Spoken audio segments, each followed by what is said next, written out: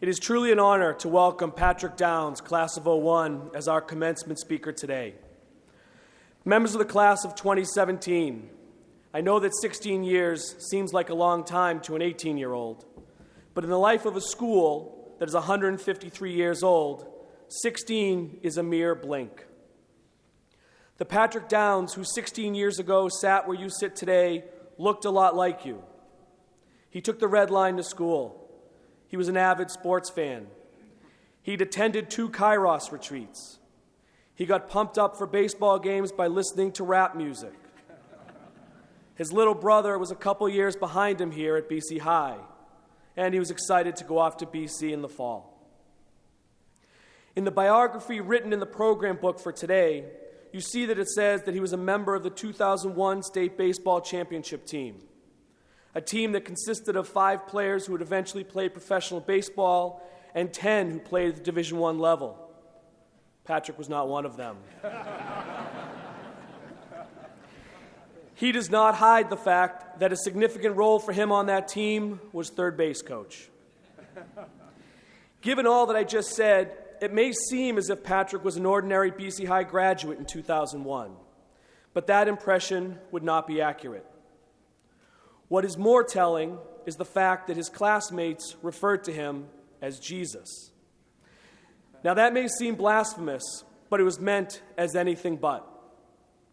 It was always said with pure admiration. Even as a 15-year-old, other 15-year-olds recognized what our city, state, and country have over the last 4 years. The passion, love, and commitment that dwells inside Patrick made him different. He was kind but not sappy. He was principled but never condescending. He did the right thing, but he also did not pretend to walk on water. The Patrick Downs who has been thrust into the public eye these last 4 years possesses the same traits and now has a unique perspective shaped by his experiences. Class of 2017, you have nearly reached home plate, and I can assure you, you have an experienced alum here to wave you home. Patrick.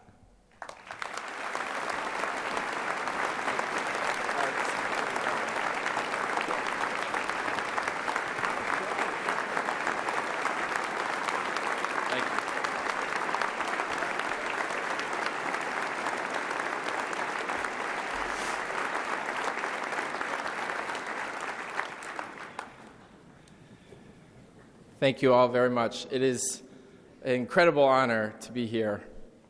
I can still remember walking from the Red Line up to BC High for the first time for orientation and thinking, I don't know a soul. I was the only kid from Cambridge. I know anybody else that went here, and I'm thinking, what am I doing? But there was a family tradition that I came from that proved that this place is a very special place. My grandfather, my Uncle Terry, who's here with us today, my uncles Kevin and Michael. When I got into BC High, when I got the acceptance letter, my parents cried, including my father. He, of all his brothers, was the only not to get into BC High. And yet he still knew that this place was really special, and it brought tears to his eyes. As Mr. Drain said, I am not a likely graduation speaker. The guy before me holds the nuclear codes. I do not. I had a 2.9 GPA. I took 1 honors class, I think, and it was a C-, maybe D+. I did not take any AP classes. I was the third base coach. I still have tendinitis in my left shoulder from waving so many guys home because we won the state championship that year. And Norm Walsh now has taken over that position as third base coach. As you guys know, that used to be a student position. And man, did he trust me with his life, didn't you, Mr. Walsh? And he would scream at me when I would mess up, that's for sure. One thing I have to give myself a little bit of credit for was my entry into our yearbook. I have right here, we had to unearth it and brush off a lot of dust, but it's here. One of the things I said was, I've never had so much fun with so many great guys. Nicest people I've ever met. And I'm sure a lot of you guys feel the same way about the brothers who are sitting next to you today. I had the incredible privilege of coming to a place like this and meeting other people who thought like me, who felt like I did, who saw the world as a place for them to make an impression on for good. Many of those guys I had the privilege of going to Boston College with as well. And a few of them are standing in the back of the room today here to support me.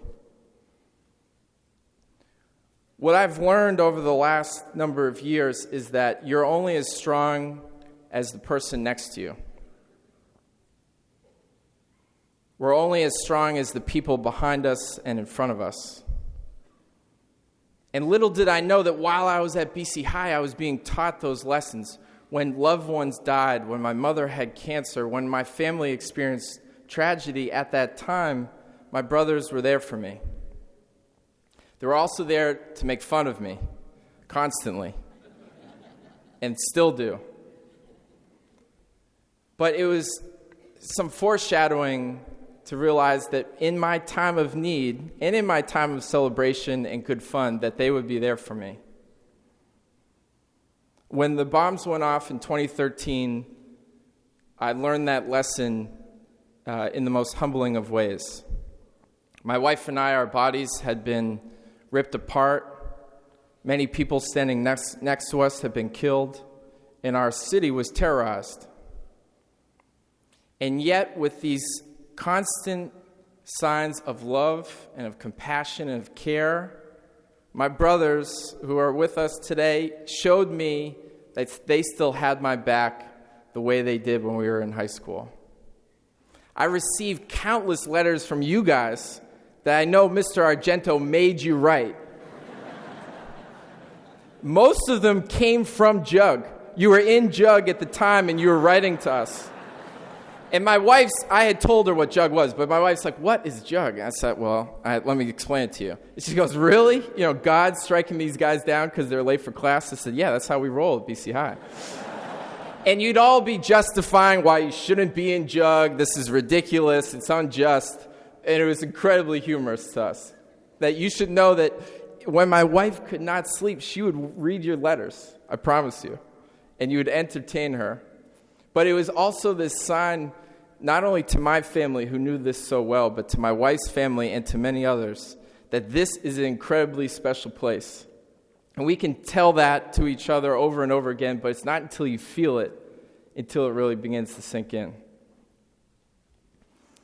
And so when I stand here today, I realize that I'm not really standing here so much for what I've done or accomplished or any title that I might hold. It's because of what I represent. It's because of who I represent. I represent all of these wonderful faculty members who helped to shape me. Clearly not my intellect. I don't have much by way of that, but my character. You come to BC High not to be a physicist that changes the world, although that's a good thing if you can do it, but you come here to have your character shaped for whatever life has in front of you. You come here to learn how to be loving to a spouse, to your children, to your family, to a stranger in need. So I stand here knowing that I am that symbol. I am the symbol of all of this love that has been taught to me, that has been shown to me. I feel so fortunate to have this position, to be a representation and an embodiment of what this community stands for. So what I want to encourage you guys is that men for others is not just something that we say, and it's not just something that we do, it's something that roots us. It's in our DNA. We also don't just do it when it's convenient. We also don't just do it when it's easy. We do it when things are really hard. And it doesn't even require you to be Herculean in your efforts. Sometimes it's just about showing up and showing your brothers that you love them and you're there to support them. Men for others is what I have seen, and women for others. Now, don't get me into changing the slogan. That's a trustee issue. We'll settle that later. The Globe will have an article about it. But, thank you.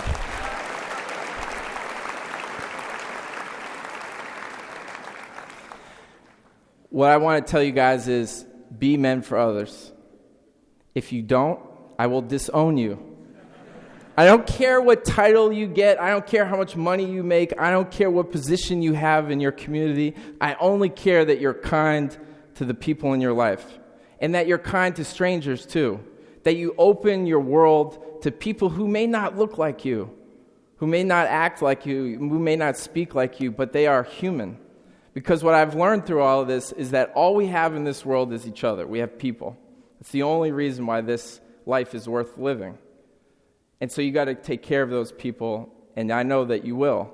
And I know that as you leave here, that you will also continue to be a symbol of this community the way I am.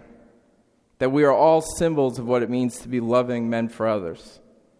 I'm so incredibly proud of you, and I'm so incredibly excited to shake your hand as you walk across the stage. Congratulations.